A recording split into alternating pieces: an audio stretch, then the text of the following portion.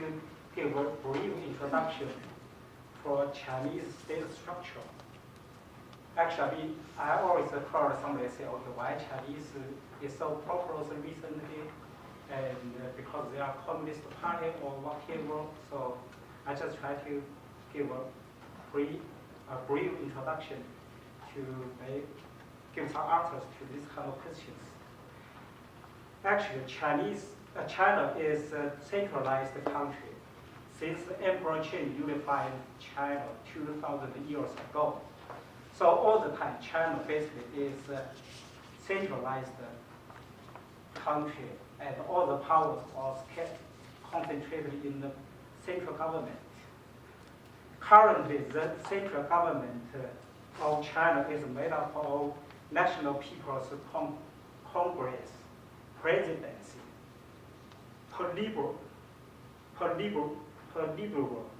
Sovereign People's Court, Sovereign People's Procuratorate, State Council, and the Central Military Commission. Among all these state organs, the State Council is the most important for the average people because all its actions, its policies will affect our life. It is the administrative arm of the government. Its head is the premier.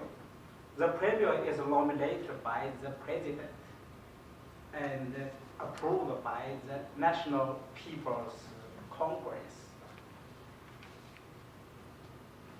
Most important officials in the government are also members of the Chinese Communist Party.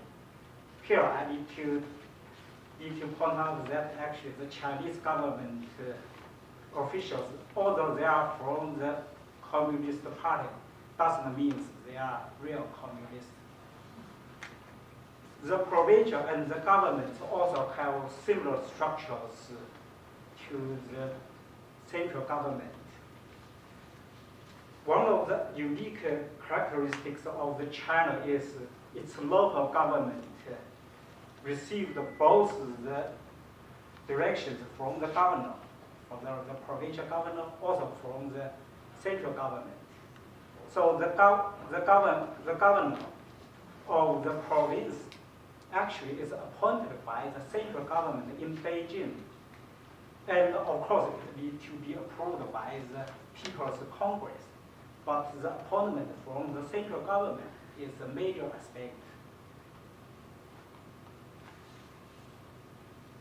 Almost, all the major government officials are appointed by the government of the upper level, and then they will be confirmed by the People's Congress at the same level. For all the branches of the government, local government, they have to follow the directions from the local executives, from the local government officials. They also need to follow the directions from the upper government departments. So if we have a simile, we can say it this way. The Chinese government acts more like a huge company.